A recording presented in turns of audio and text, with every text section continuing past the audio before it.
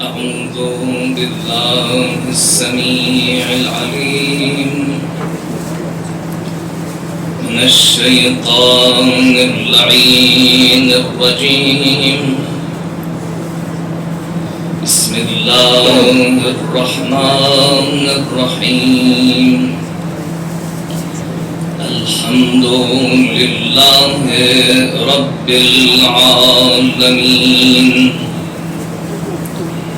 أحمده وأستعينه وأؤمن به وأتوكل عليه وأستهديه وأستنصره وأصلي وأسلم على خاتم أنبيائه وأفضل سفرائه حبيب إله العالمين المخاطب بطه وياسين الذي سمي في السماء بأحمد وفي الأرضين بأبي القاسم محمد.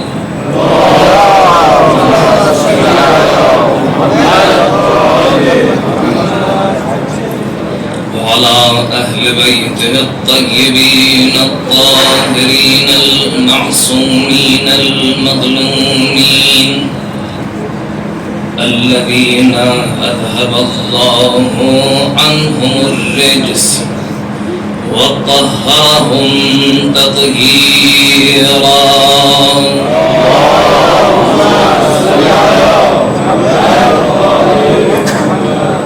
واللعنة الأبدية على أعدائهم أجمعين إلى لقاء يوم الدين.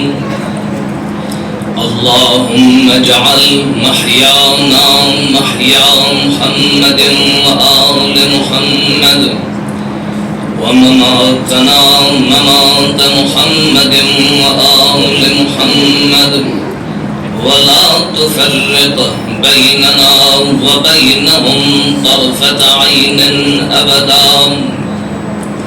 وأما بعد فقد قال الله الكريم في الذكر الحكيم. الله ولي الذين آمنوا يخرجهم من الظلمات إلى النور والذين كفروا أولياؤهم الطاغوت يخرجونهم من النور إلى الظلمات. أولئك أصحاب النار هم فيها خالدون.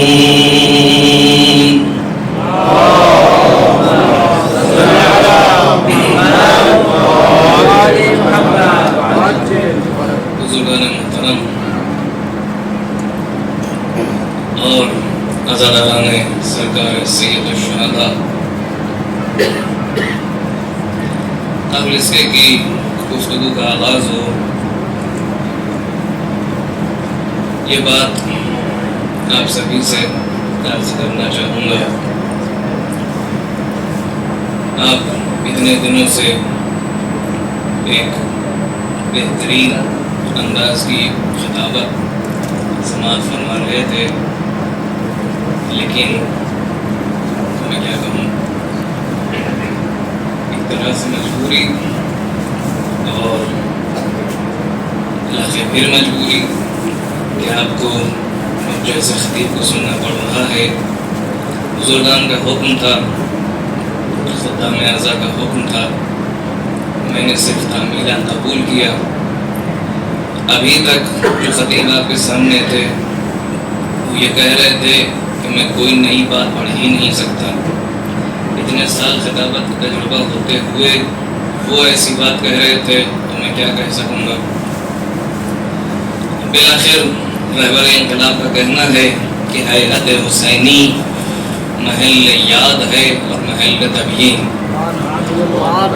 اگر میرے پاس تبیین نہیں ہے کیونکہ ساری باتیں آپ سب کے لیے مبین ہیں تو کم سے کم ساتھ میں ذکر حسین ابن علی کر سکتے ہیں.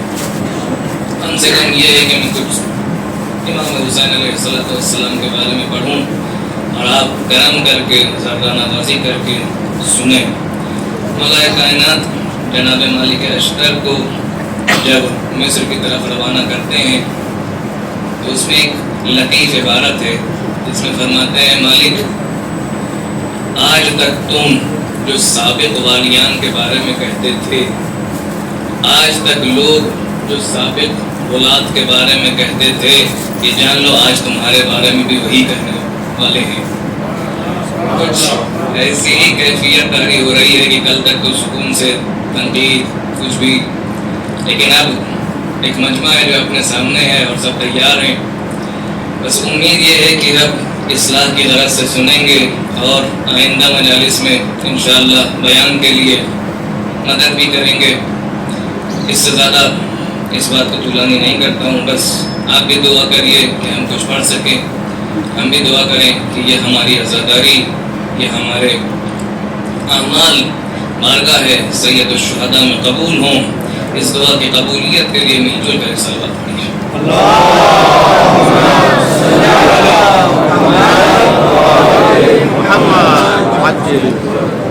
اس آیہ کریمہ کی آپ کے سامنے تلاوت ہوئی ہے، مشہور و معروف آیت ہے، اللہ ولی الذین آمنوا یخرجہم من الظلمات الی النور۔ اللہ ایمان لانے والوں کا ولی ہے، انہیں ظلمتوں سے، تاریکیوں سے نور کی طرف خارج کرنے والا ہے، نور کی طرف خارج کرتا ہے۔ اور جو لوگ کافر ہو گئے، جنہوں نے کفر اختیار کیا، ان کے اولیاء طاغوت ہیں، انہیں نور سے خارج کر کے ظلمات کی طرف لے جاتے ہیں، وہ اصحاب النار ہیں اور اس میں ہمیشہ ہمیشہ کے لیے رہیں گے۔ مرکزی محور انشاءاللہ گفتگو کا رہے گا عرفان ولایت۔ اللہ ولی الذین آمنوا، پروردگار ولی ہے ایمان لانے والوں کا۔ اشارہ ہو رہا ہے آیت میں مفہوم ولایت کی طرف۔ پروردگار کا کیا رشتہ ہے مومنین سے، پروردگار کیا ارتباط، کیسا ربط رکھتا ہے مومنین سے، کہا ولایت کا ربط رکھتا ہے۔ اہمیت ولایت آپ سب کے لیے واضح ہے۔ بنی الاسلام علی خمسۃ اشیاء، علی الصلاۃ والزکاۃ والصوم والحج والولایہ، وَلَمْ يُنَادَ بِشَيْءٍ كَمَا نُودِيَ بِالْوِلَایَةِ۔ اسلام کی بنا 5 چیزوں پر رکھی گئی، نماز پر، روزے پر، زکوٰۃ پر، حج پر اور ولایت پر۔ مختلف تعابیر میں مختلف ترتیبات کے ساتھ یہ حدیث آئی ہے۔ راوی امام سے پوچھتا ہے ابن رسول اللہ ایہن افضل، ایہم افضل، ان سب میں سب سے زیادہ بافضیلت کون سی ہے، کون سی چیز ہے؟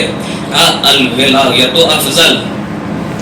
لوگوں نے 4 چیزیں چار چیزوں سے لوگ لگ گئے اور ایک چیز جو سب سے بافضیلت تھی اسے چھوڑ دیا، الولایۃ افضل۔ کیوں الولایۃ افضل؟ کیونکہ لأنہا مفتاحہن، کیونکہ ولایت ان سب کی چابی ہے، والوالی هو الدلیل علیہن، جو والی ہے وہ دلالت کرتا ہے، رہنمائی کرتا ہے ان سب کی طرف۔ عزیزو اگر امام کوئی بیان انجام دے رہے ہیں، کوئی بات ہم تک پہنچا رہے ہیں، امام عدل قرآن ہے۔ جس طرح ہم غور کریں گے آیات قرآنی میں، جس طرح ترتیب و چینش اور ارتباط اور سیاق کو دیکھیں گے، اسی انداز میں ہمیں احادیث معصومین کو دیکھنا ہوگا۔ امام اگر یہ ساری بات، یہ تمام نماز و زکوٰۃ و صوم و حج کو ساتھ میں رکھ رہے ہیں، یقیناً اس کے پیچھے کوئی معنی ہے، کوئی لطیف نقطہ ہے جو پوشیدہ ہے۔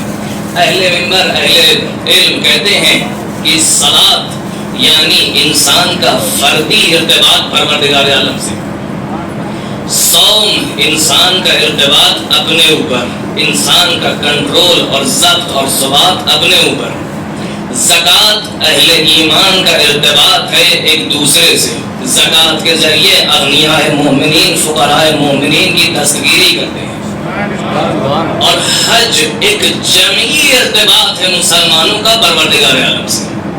جیسے نماز ایک فردی ارتباط ہے، اسی طرح حج ایک جمعی ارتباط ہے پروردگار عالم سے، اور اعلان براءت از مشرکین ہے۔ اور ولایت ان سب کے صحیح ہونے کی شرط ہے۔ لأنہا مفتاحہن، یہ چابی ہے. یہ تعبیر کیوں کر رہے ہیں امام؟ کیا کوئی چیز بند ہے، کوئی تالا ہے؟ ہم مفتاح کسے کہتے ہیں؟ آلۃ فتح کل مستغلق، وہ وسیلہ کہ جس کے ذریعے ہر مقفول شے کھل جائے، وہ وسیلہ جس سے کوئی بند، جس پر تالا لگا ہو وہ کھل جائے. کس چیز پر تالا لگا ہے؟ کہ جس کی چابی ولایت ہے. ولایت کس تالے کے لیے چابی بن کے سامنے آ رہی ہے؟ نماز تو سب پڑھ رہے ہیں، بند تو نہیں ہے ان کے لیے. روزہ تو سب رکھ رہے ہیں، کون سا تالا لگا ہے ہمارے روزہ پہ؟ حج تو سب کر رہے ہیں. کچھ خزانے ہیں جسے ہم آثار نماز کہتے ہیں. یہ نماز پڑھ تو لے گا لیکن آثار نماز، آثار صوم، آثار حج، آثار زکات تک نہیں پہنچے گا. کا اثر کیا ہے؟ فرض اللہ الصلاۃ تنزیہا عن الکبر والصیام ابتلاء للاخلاص. پروردگار نے نماز کو واجب اس لیے کیا تاکہ تمہارا سر تکبر خم ہو. پروردگار نے زکات کو واجب اس لیے کیا تاکہ تمہارے نفس میں اور تمہارے مال میں پاکی آئے. پروردگار نے صوم کو اس لیے واجب کیا تاکہ تمہارے اخلاص کا اندازہ لگے. حج کو اس لیے واجب کیا تقویتاً تشییداً للدین، تاکہ دین تقویت پائے، دین مشید ہو. اگر انسان بغیر ولایت کے ان سب سے جڑنا چاہے، بظاہر عمل تو انجام دے گا، نہ تنزیہاً عن الکبر ہوگا، نہ ابتلاء للاخلاص، نہ تقویۃ للدین. ایک صلوات پڑھے بر محمد و آلہ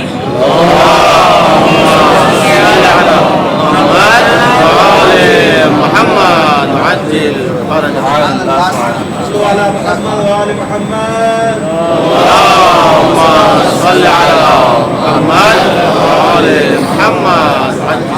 جو آثار پائے جاتے ہیں ان اعمال میں، وہ خزانے جس کی چابی ولایت ہے، وہ آثار تم کو نہیں ملیں گے. چاہے تم جتنی نمازیں پڑھ لو، چاہے جتنے روزے رکھ لو، چاہے جتنے بار حج کر لو. یہ صرف ہم نہیں کہہ رہے، پیغمبر کہتے ہیں لو ان عبدا عبد اللہ مثل ما قام نوح فی قومہ. اگر کوئی انسان اتنی عبادت کرے، اتنے سال عبادت کرے جتنے سال نوح اپنی قوم کے درمیان رہے، یعنی 950 سال اللہ کی عبادت کرے، اس کی عمر میں اضافہ ہو، پیدل حج انجام دے، الف حجت، ہزار حج پیدل انجام دے، اور اتنی زکات دے، اس کے پاس سونا ہو مثل احد، کوہ احد کے برابر، کوہ احد کے برابر اس کے پاس سونا ہو.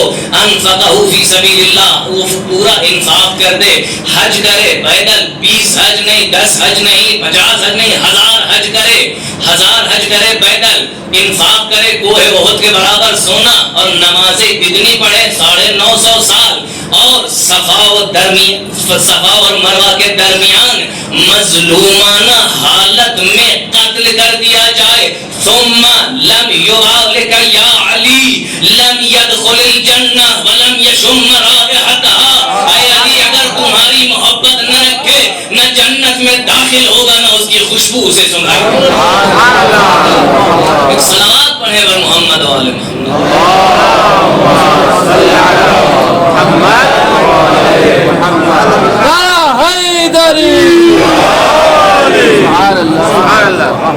لأنها مفتاحهن، اگر آثار چاہیے، اگر ان عبادتوں کو مقام رفع تک پہنچانا ہے، الیہ یصعد الکلم الطیب والعمل الصالح یرفعہ، تو ضروری ہے کہ انسان ولایت کے دامن سے متمسک ہو. والوالی هو الدلیل علیہن، جو والی ہوتا ہے وہ دلالت اور رہنمائی کرتا ہے ان اعمال کے صحیح طریقے کی طرف. نماز اگر صحیح سے پڑھنی ہے تو ایک صحیح والی سے متمسک ہونا ہے. حج کو اگر صحیح انداز سے انجام دینا ہے تو کسی صحیح والی سے متمسک ہونا ہے تاکہ وہ صحیح انداز کی طرف دلالت کرے، رہنمائی کرے. اگر روزہ بھی رکھنا ہے، اگر زکات بھی دینی ہے، اموال مسلمین کی رعایت کرنی ہے، تب بھی ضروری ہے کہ ایک والی ہو، ورنہ ہم نے تاریخ میں دیکھا کہ اگر والی بگڑ جائے تو نہ نماز رہتی ہے، نہ روزہ رہتا ہے، نہ حج رہتا ہے، نہ زکات رہتی ہے۔ ہم نے کیا دیکھا؟ ہم نے یہ دیکھا کہ حج کا ادارہ جب کسی خراب والی کے ہاتھ میں آیا تو حج کے بعض اراکین ایسے خراب کر دیے گئے کہ آئندہ خانوادے متزلزل ہو جائیں۔ حج کے اراکین میں ایسی خراب کاریاں کی گئی کہ آئندہ نسلیں خراب ہو جائیں۔ جب زکات ان کے ہاتھ میں آئی تو مولا کائنات نے فرمایا یخزمون مولا اللہ خزمت الابل نبتت الربی، اموال الہی کو انہوں نے ایسے چبایا جیسے اونٹ علف بہاری کو چباتا ہے۔ مال خدا کو آپس میں بانٹنا شروع کر دیا، بجائے یہ کہ یہ زکات نمو رزق اور نمو مال کا باعث بنے، دولتن بین الاغنیاء بن گئی۔ کچھ لوگ اسی زکات مسلمین کو ہڑپ کر خود غنی بن گئے، اسی زکات مسلمین کو ہڑپ کر خود غنی بن گئے۔ دولتن بین الاغنیاء زکات اور نماز کا تو نہ پوچھے کیا حال ہوا، کبھی حالت نماز بگڑی، کبھی وقت نماز بگڑا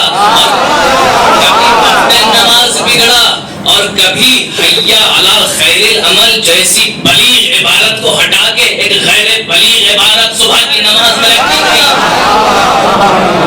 اور جب والی کچھ زیادہ ہی بگڑنے لگا تو بجائے 2 رکعت کے مست ہو کے 4 رکعت پڑھانے لگا، اور جب کچھ زیادہ ہی مستی چڑھی تو بجائے جمعے کے 4 شنبے کو جمعہ پڑھانے لگا۔ ایک صلوات پڑھے بر محمد و آل محمد۔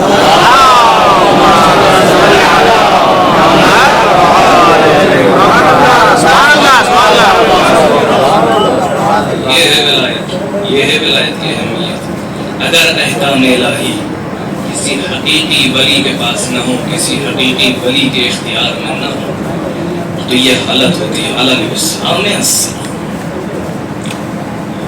تو اگر ولایت کو سمجھنا ہے، شروع کرنا منطقی طور سے یہی ہے کہ انسان لغت ولایت سے شروع کرے۔ ولایت یعنی کیا؟ اللہ ولی الذین آمنوا، پروردگار کا ربط مومنین سے ولایت کا ربط ہے، پروردگار کا رشتہ مومنین سے ولایت کا رشتہ ہے۔ یہ ولایت یعنی کیا؟ ولایت کہتے کسے ہیں؟ کا ابتدائی ترین مرحلہ یہ ہے کہ انسان لغت میں ڈھونڈے، انسان اہل زبان سے پوچھے کہ آپ اہل زبان ہیں، اس لغت کا معنی آپ کی زبان میں کیا ہے، توضیح دیں۔ جب عرف عرب کی طرف رجوع کریں جو کہ کتب لغت میں موجود ہے، کہا الولایت ہی القرابہ، قرب یعنی ولایت یعنی قرب۔ قرب کیا ہے؟ کس طرح کا قرب؟ کیسا قرب؟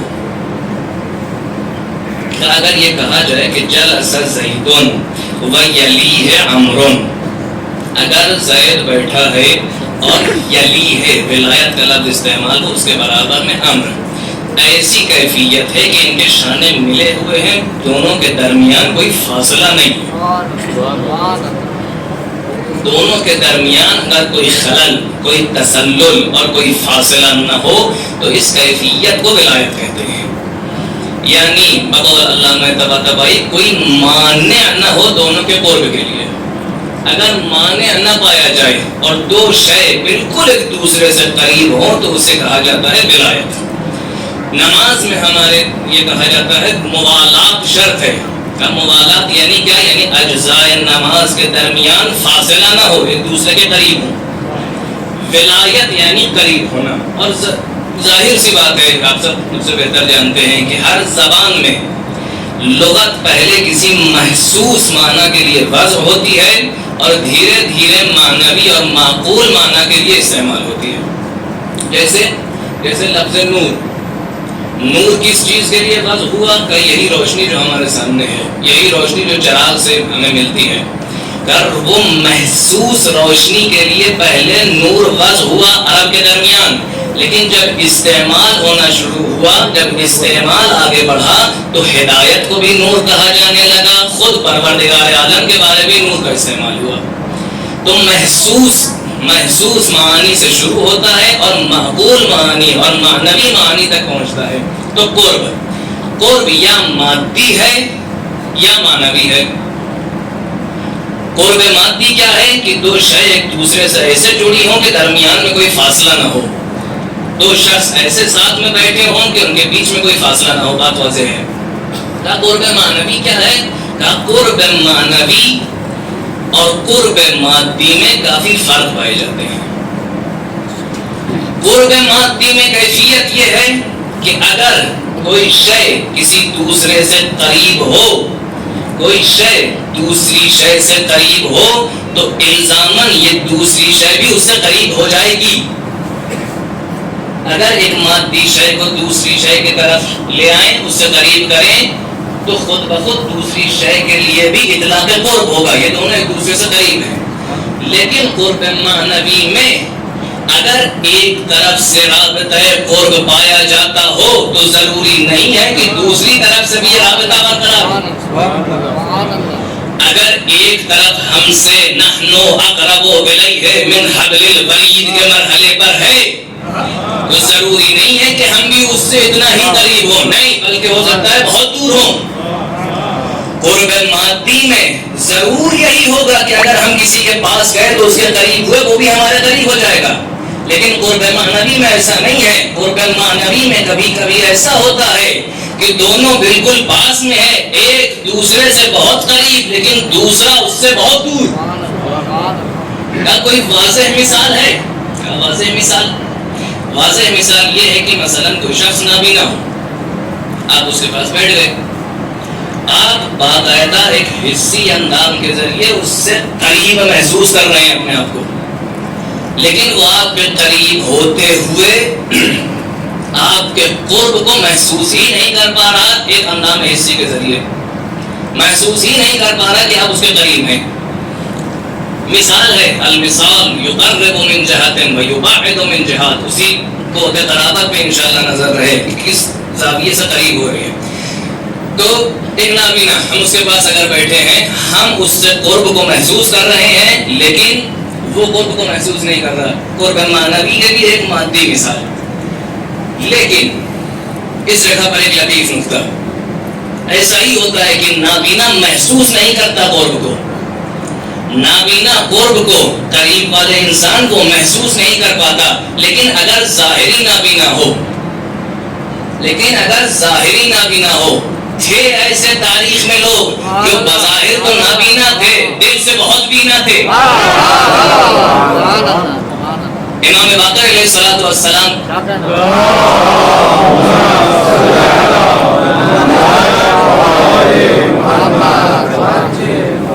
اپنے کسی صحابی سے کہتے ہیں کہ تم یہاں کھڑے ہو جاؤ اور جتنے لوگ گزر رہے ہیں ان سے پوچھو کیا تم نے آج جعفر ابن محمد کو دیکھا کہ نہیں. اور خود امام نے کچھ ایسا تصرف انجام دیا تھا کہ جس کی وجہ سے لوگ انہیں دیکھ نہیں پا رہے تھے. لوگ انہیں نہیں دیکھ پا رہے تھے. یہ بات دوسروں کے لیے عجیب ہوتی ہے، محبان آل محمد کے لیے عام سی چیز ہے. راوی کہتا ہے کہ میں کھڑا ہو گیا، امام میرے برابر میں ان کو دیکھ پا رہا ہوں، باقی لوگ نہیں دیکھ رہے. میں ہر کسی سے پوچھ رہا ہوں حل رأیت اليوم جعفر ابن محمد؟ نہیں، ہم نے نہیں دیکھا. کیا تم نے امام باقر کو نہیں دیکھا؟ کہ نہیں دیکھا. جبکہ امام نہیں دروازے مسجد کے پاس کھڑے ہیں. خود امام نے اشارہ کیا کہ اس سے بھی پوچھو. اشارہ مشار الیہ کون تھا؟ کہا دیکھا ہارون مکفوف. ہارون مکفوف وہ شخص ہے جو نابینا ہے، جو دیکھ نہیں سکتا. امام کہہ رہے ہیں اس سے پوچھو. جو ابھی تک دیکھ سکتے تھے وہ کہہ رہے ہیں ہم نے امام کو نہیں دیکھا. اب جو نابینا ہے اس سے کہہ رہے امام اس سے بھی پوچھو. کہہ رہے میں قریب گیا، میں نے کہا ہے ہارون مکفوف کیا تمہیں پتا ہے جعفر ابن محمد کہاں ہے؟ کہتا الیس ہوا بقائم، وہ یہیں تو کھڑے ہیں، یہ سامنے ہی تو کھڑے ہیں. کہا تمہیں کیسے پتا؟ تمہیں تو دکھائی بھی نہیں دیتا. کہا کیف لا اعلم وهو نور ساطع. ایک صلوات پڑھیں اور محمد و آل محمد.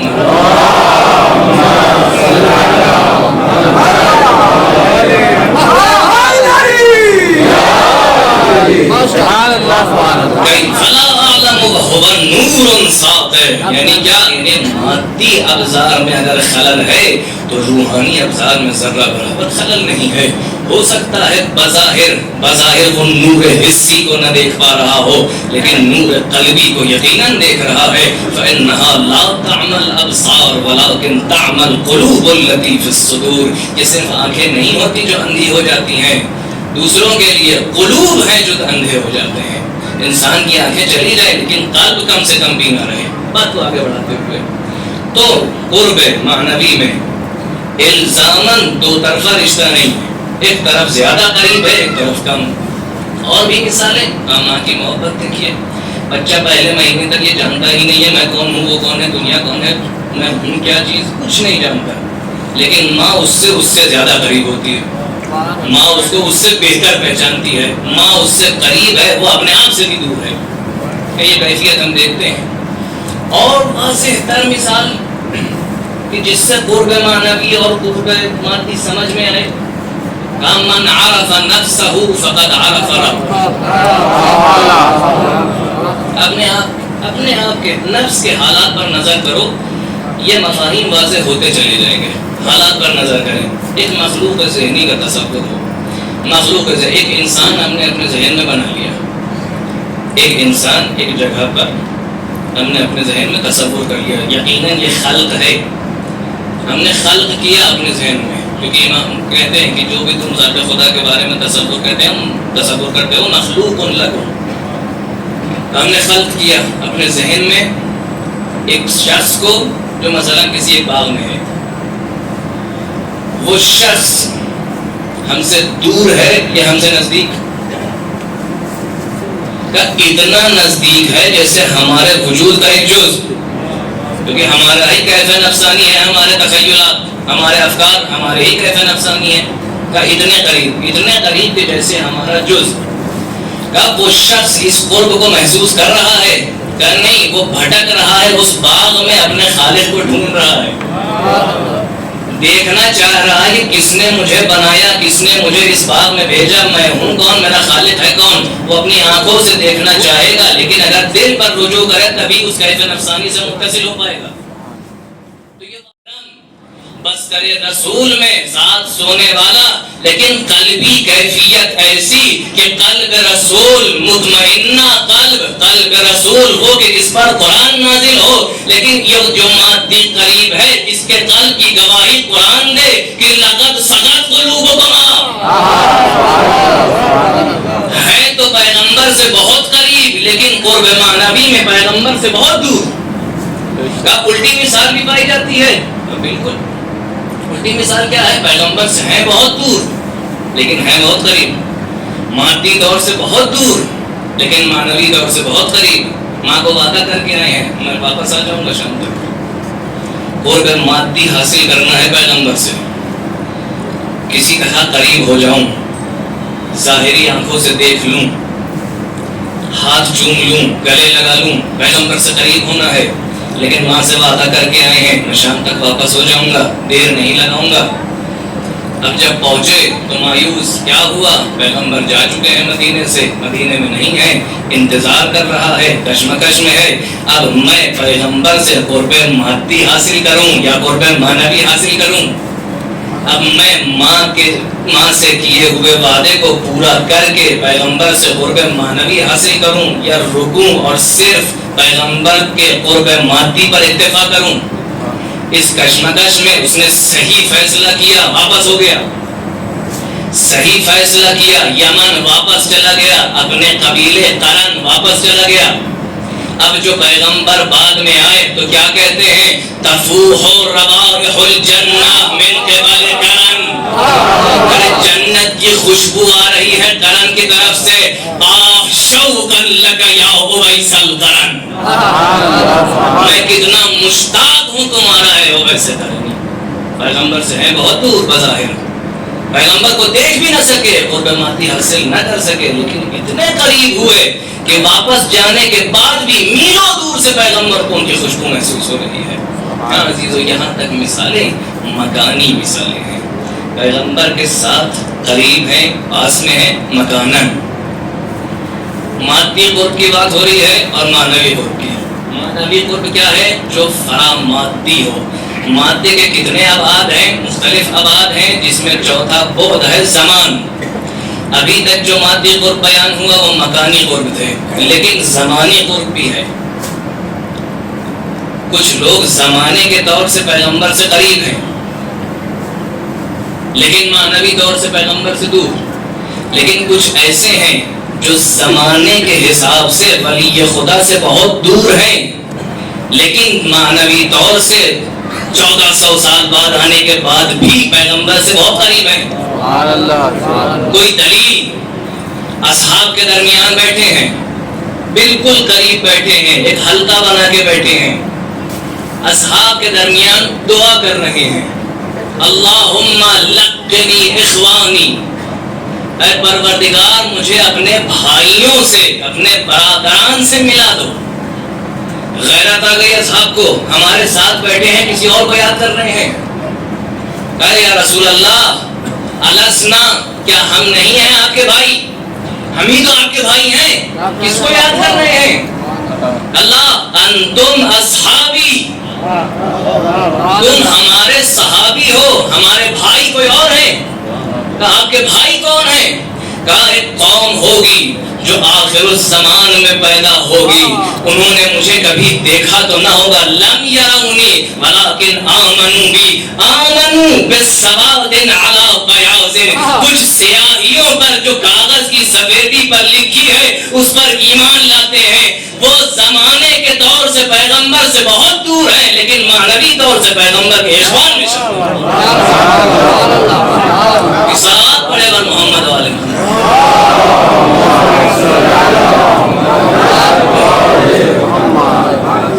جنگ جمل کے بعد ایک شخص مولا کائنات کے پاس آتا ہے، اے امیر المومنین مجھے بہت خوشی ہوئی آپ کی فتح و کامیابی سے، کاش میرا بھائی بھی یہاں ہوتا.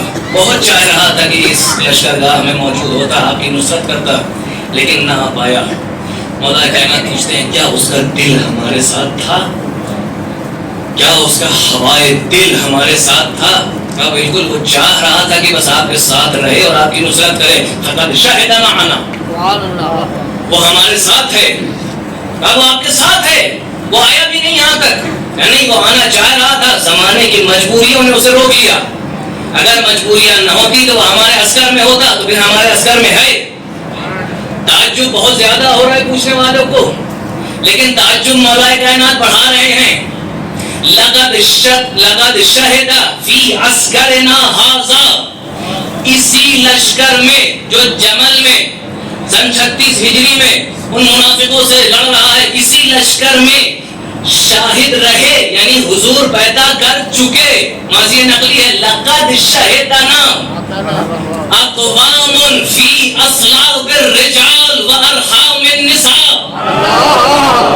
کچھ ایسی قومیں ہیں جو ابھی اصلاب رجال میں ہیں اور اپنی ماؤں کے شکم میں ہیں. سیرعف بہم الزمان، زمانہ انہیں دھیرے دھیرے ابھارے گا. سیرعف بہم الزمان ویقوی بہم الادیان، اور دین انہی کے ذریعے تقویت پائے گا.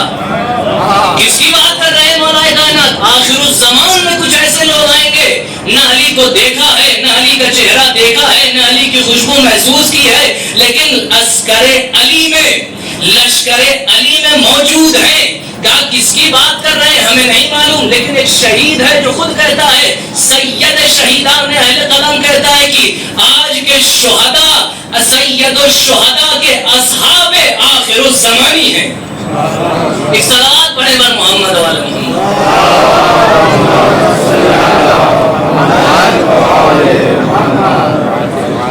پیغمبر کے کلام سے، مولا کائنات کے کلام سے پتہ چل رہا ہے کہ کچھ اصحاب ایسے ہیں جو در زمانی ہیں، کچھ اصحاب ایسے ہیں جو آخر الزمانی ہیں. ایمان کے صحابی صرف زمانے نے انہیں تھوڑا دور کر دیا ہے، صرف مادی طور سے. عزیزوں بات کو سمیٹتے ہوئے، اگرچہ کوئی کمی نہیں ہے جو معنوی طور سے امام سے قریب ہو، چاہے زمانے سے دور ہو، زمانے کے حساب سے دور ہو، مکان کے حساب سے دور ہو، کوئی کمی تو نہیں ہے، کیونکہ قریب ہے اگر امام سے تو مادی قرب نہ ہونا کوئی اس کے اندر کمی ایجاد نہیں کرتا. لیکن خود بخود جسے جذبہ عوامی کہا جاتا ہے، رگ عوامی کہا جاتا ہے، دل یہ چاہتا ہے کہ کاش مادی طور سے بھی قریب ہوتے، روحی طور سے بھی قریب ہوتے، کاش عسکر علی میں اور لشکر علی میں ہم روحی طور سے بھی ہوں اور مادی طور سے بھی ہوتے۔ خود بخود دل تو چاہتا ہے نا۔ ٹھیک ہے، معنوی طور سے کوئی خلل نہیں ہے، معنوی طور سے اگر کوئی قریب ہے علی ابن ابی طالب سے تو چاہے 1400 میں ہو، چاہے 1200 میں ہو، چاہے 61 میں ہو، چاہے 40 میں ہو، برابر ہے۔ لیکن خود بخود انسان کا دل مائل ہوتا ہے کہ کاش ایک بار دیکھ لیا ہوتا، کاش ساتھ میں ہوتے۔ کہا یہ وہ سبقت ہے، یہ وہ فضیلت ہے، یہ وہ سعادت ہے جو صرف 71 کو ملی۔ کیا فضیلت؟ کہ امام سے اتنا قریب ہوئے، جس جگہ امام کا خون بہنا ہے، جس دن امام کا خون بہنا ہے، مکان بھی وہی، زمان بھی وہی، اسی جگہ مادی طور سے انہیں حسین کی آنکھوں کے سامنے ٹکڑے ٹکڑے ہونا ہے اور روحانی طور سے حلت پہ فنائل حسین ہونا ہے۔ مادی طور سے بھی اتنا قریب کہ حسین کی قربان گاہ میں حسین کی قربانی کے ساتھ قربانی دے، اسی وقت جب حسین قربانی دے رہے ہیں تو یہ قربانی دے، ہر طرح سے حسین ابن علی سے قریب، اور روحانی طور سے بھی اس کیفیت میں پہنچ گئے کہ جو حسین دیکھ رہے ہیں اور دکھا رہے ہیں ان کو بھی نظر آ رہا ہے۔ یعنی روحانی طور سے بھی قریب، اتنا ہی عروج کے مرحلے پر، بالا ترین درجے پر، مادی طور سے بھی اتنا قریب کہ اس سے زیادہ متصور نہ ہو، اور اتنا قریب کہ حتی یختلط الدم بدم الحسین، یہاں تک کہ خون حسین سے مخلوط ہو جائے۔ اسی لیے شاید مولا کائنات نے فرمایا تھا جب صفین سے واپس آ رہے تھے، کربلا میں رکے، اپنے اصحاب کو جمع کیا، کہا دیکھو ہا ہونا مناخ رکاب ومصارع عشاق شہداء لا يسبقهم من كان قبلهم ولا يلحقهم من بعدهم۔ ایک صلوات پڑھے بر محمد عالم۔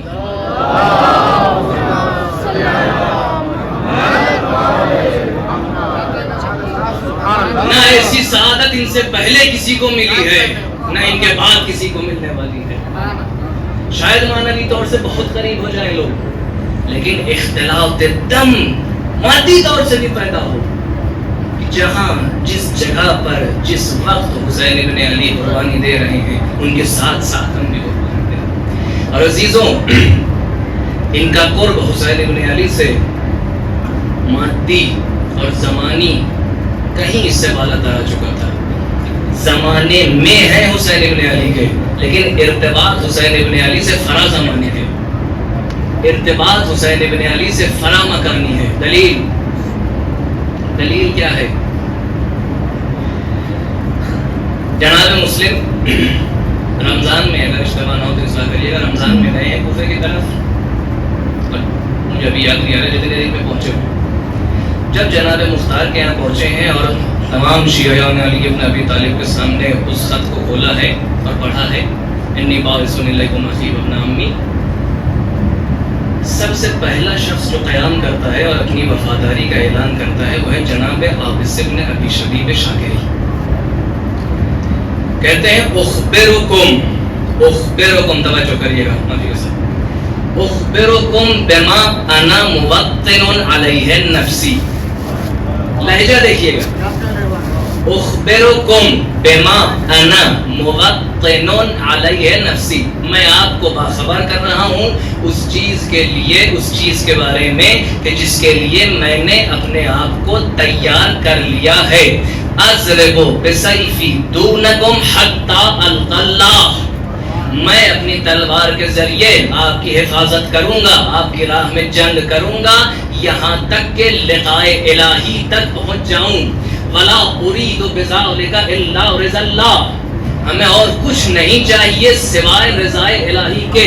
لہجہ کیا ہے؟ موطن علیہ نفسی حتی القی اللہ لا ارید بذلک الا رضا اللہ، تیار کر چکا ہوں اپنے آپ کو لقائے الہی کے لیے اور بدلے میں کچھ نہیں چاہیے مجھے. یہ بات کب کر رہے ہیں؟ رمضان میں یا تو شوال میں.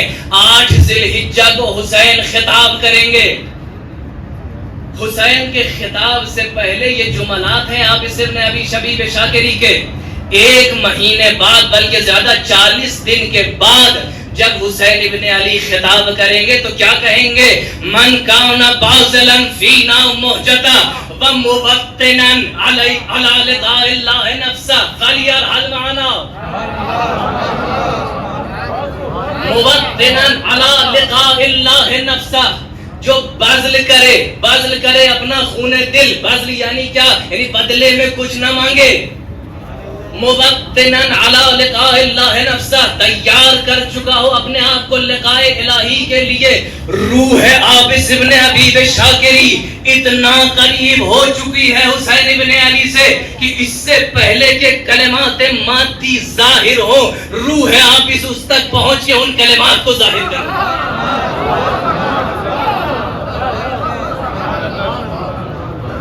صلوات پڑھیں بر محمد والے.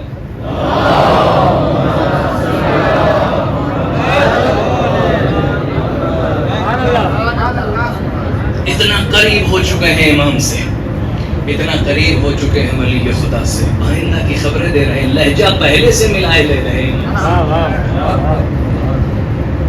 جناب حبیب ہے کوفے میں اپنے گھوڑے پر سوار جا رہے ہیں، کہیں سامنے سے میسا مارتے ہیں. 2 محب علی اتنا ایک دوسرے سے قریب ہوئے کہ راوی کہتا ہے گھوڑوں کی گردنیں ایک دوسرے سے مل گئی. پہلو کو دریدہ کیا جا رہا ہے، اس کی زبان پشت گردن سے نکالی جا رہی ہے صرف اس جرم میں کہ وہ علی کا چاہنے والا ہے. میسم سے کہہ رہے ہیں، قرب دیکھیے.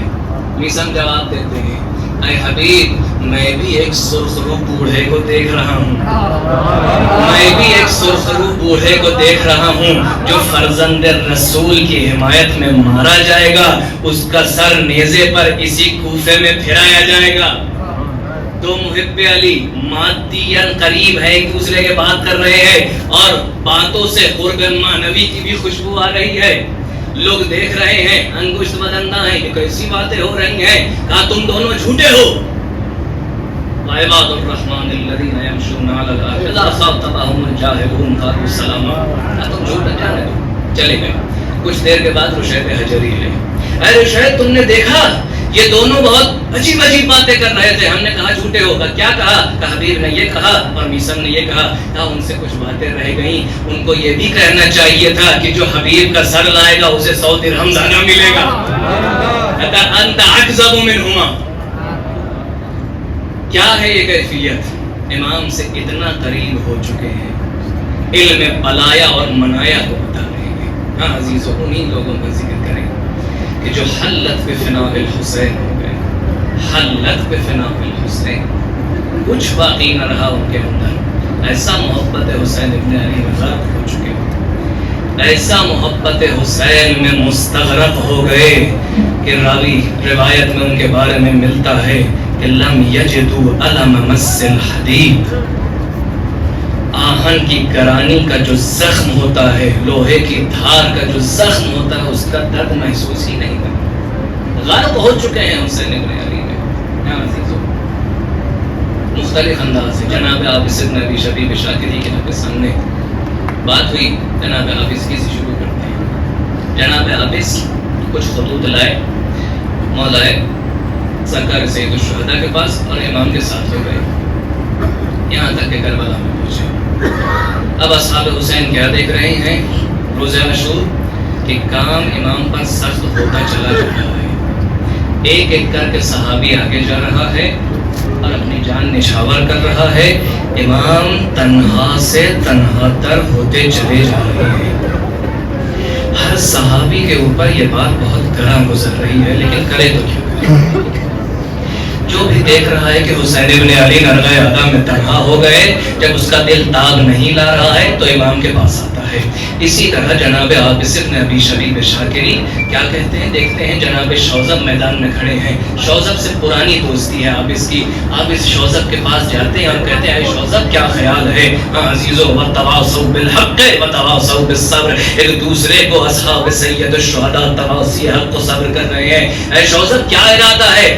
کچھ نہیں عابس، جب تک اس بدن میں رمق ہے، جب تک جان ہے، تب تک حسین ابن علی کا دفاع کرتا رہوں گا. کہتے ہیں ہاں شوذب یہی امید تھی مجھے، بس ایسا کرو میری آنکھوں کے سامنے جانا، تم میرے پرانے دوست ہو، دل سے بہت چاہتا ہوں تمہیں، لیکن یہ چاہتا ہوں کہ تم میرے آنکھوں کے سامنے مارے جاؤ تاکہ میں پروردگار کے سامنے جب جاؤں تو ایک اجر مضافن لے کے جاؤں کہ میں نے اپنے دوست کی قربانی بھی اپنے آنکھوں کے سامنے دیکھی ہے. جناب شوذب جاتے ہیں، اللہ کی راہ میں قربان ہو جاتے ہیں. اب جب دیکھتے ہیں جناب عابس کہ ہماری باری ہے، امام کے پاس جاتے ہیں، امام کے سامنے کھڑے ہوتے ہیں. ہاں عزیزو قرب معنوی اور قرب مادی دیکھو، امام سے قریب ہوتے ہیں. امام کے سامنے جا کے عرض کرتے ہیں یا ابا عبداللہ ما انسا علی ظہر الارض قریب ولا بعید. اس روئے زمین پر کوئی دور و نزدیک ایسا نہیں ہے جو میرے لیے آپ سے زیادہ عزیز تر ہو، اور اگر میرے پاس کوئی بھی ایسی چیز ہوتی جو جان سے زیادہ عزیز ہوتی تو میں آپ پر نچھاور کرتا. آپ جب سلام کرتے ہیں تو اس امید میں ہوتے ہیں کہ کاش یہ سلام حسین تک پہنچ جائے. ہم اور آپ جب سلام کرتے ہیں تو صرف ایک گنبد و مینار ہے جو ہمارے ذہن میں تصور کے طور پر آتا ہے، لیکن آپ اس کی ایک زیارت کو دیکھیے، آخری زیارت کر رہا ہے زندگی کی. حسین بنفس نفیس موجود ہے، حسین کے سامنے سر کو خم کر کے کہہ رہا ہے السلام علیکہ یا ابا. حسین سے خدا حافظی کی میدان میں آئے، میدان کی طرف بڑھ رہے تھے کہ ایک نلون نے پہچان لیا. جب پہچان لیا تو اپنے گھوڑے کو صفوں سے باہر لاتا ہے، صفوں کی طرف مڑ کے کہتا ہے اے لوگو ھذا اسد الاسود. یہ شیروں کا شیر ہے، یہ شیروں کا شیر ہے، اکیلے اس کے مقابلے مت جانا ورنہ فوراً فی النار ہو جاؤ گے. جناب عابس میدان میں آتے ہیں، فرماتے ہیں، زور سے نعرہ لگاتے ہیں الا رجل، کیا کوئی مرد نہیں ہے جو میرے سامنے آئے؟ الا رجل، کوئی سامنے نہیں آتا. جب لشکر کی اس بزدلی کو دیکھتے ہیں تو ایک مرتبہ اپنا خود اتارتے ہیں، اپنی زرہ اتارتے ہیں اور کہتے ہیں الا رجل، اب تو سامنے آ جاؤ. اب نے میرے پاس کوئی اسلحہ دفاعی بھی نہیں ہے، کوئی سامنے نہیں آتا ہے. ایک مرتبہ 200 لوگوں کا لشکر، 200 لوگوں کا ہجوم ہوتا ہے جناب عابس پر. راوی کہتا ہے میں نے اپنی آنکھوں سے دیکھا کہ ایک شیر کی طرح عابس حملہ کر رہا تھا اور اس کے سامنے سے 200 لوگ بھیڑوں کی طرح بھاگ رہے تھے. جب دور ہوئے اور یہ جان گئے کہ اب قابو نہیں پایا جا سکتا تو عابس کو گھیرا، دور سے کھڑے ہو کر پتھر برسانا شروع کیا. دل چھوٹا مت کرنا عابس، تم قریب ہوتے جا رہے ہو حسین سے، شبیہ ہوتے جا رہے ہو حسین سے. ارے کوئی ہوگا کہ جب نیزے پر تکیہ کرے گا، کچھ دیر سانس لینا چاہے گا. رما ہو رجل بحجر، ارے پتھر برسانا شروع ہو. عزیزو پتھراؤ شروع ہوا، عابس زخمی ہوئے، یہاں تک کہ شانے ٹوٹ گئے. لوگوں نے گھیر لیا، جس طرح کفتار ایک لاش کی طرف لپکتے ہیں اس طرح عابس کو گھیر کے سب نے مارنا شروع کیا. ایک مرتبہ اس مجمع کے درمیان سے عابس کا سر نمودار ہوا، لوگوں میں لڑائی ہو گئی. ہم نے عابس کا سر قلم کیا ہے، کوئی کہہ رہا ہے ہم نے عابس کا سر قلم کیا ہے، انعام ہمیں ملنا چاہیے. عمر سعد خود سامنے آتا ہے، اے لوگوں دور ہو جاؤ، یہ جھگڑا بند کرو. عابس اس ذات کا نام ہے کہ جس کا سر کوئی اکیلا قلم نہ کر سکتا. ہاں عزیزو جتنا ہم نے دیکھا 200 لوگ اس کے عابس کے اوپر گرے، 200 لوگ کا ازدحام ہوگا. ہاں عابس تم بھی سید الشہداء کی طرح ہو گئے، بس فرق اتنا ہے یزدلف علیکا 30,000 رجلا، 30,000 کا مجمع ہوگا جو حسین پر ٹوٹ پڑے گا. فرقۃ بالسیوف، فرقۃ بالرماح، وفرقۃ بالخشب.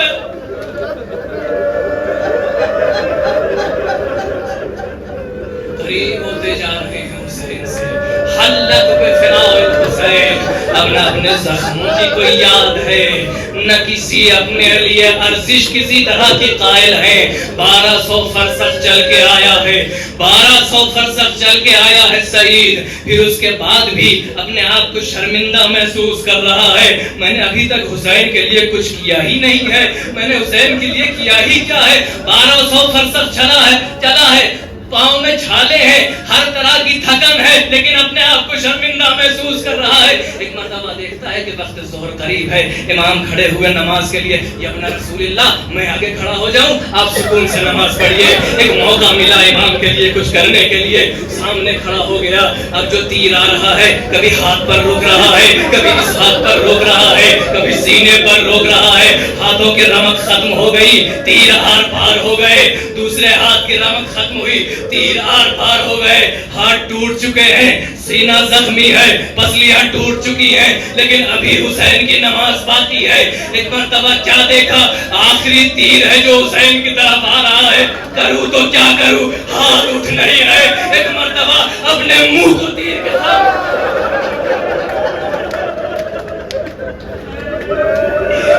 چہرے سے حسین کی حفاظت کی۔